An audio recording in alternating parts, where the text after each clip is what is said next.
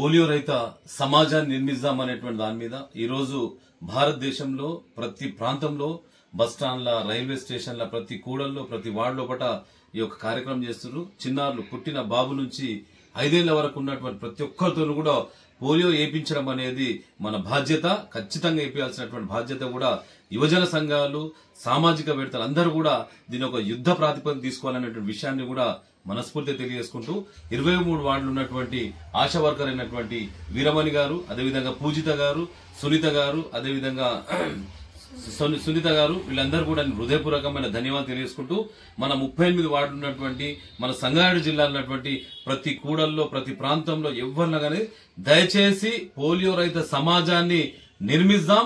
నవ భారతాన్ని నిర్మించడానికి ప్రతి ఒక్కరు కూడా నడుం బిగించాలనేటువంటి విషయాన్ని కూడా, నా మాట వింటున్న ప్రతి ఒక్కరు కూడా దీంట్లో భాగస్వామ్యం కావాలనే విషయాన్ని కూడా నమస్కరించి తెలియజేసుకుంటున్నాను. జై హింద్, జై భారత్.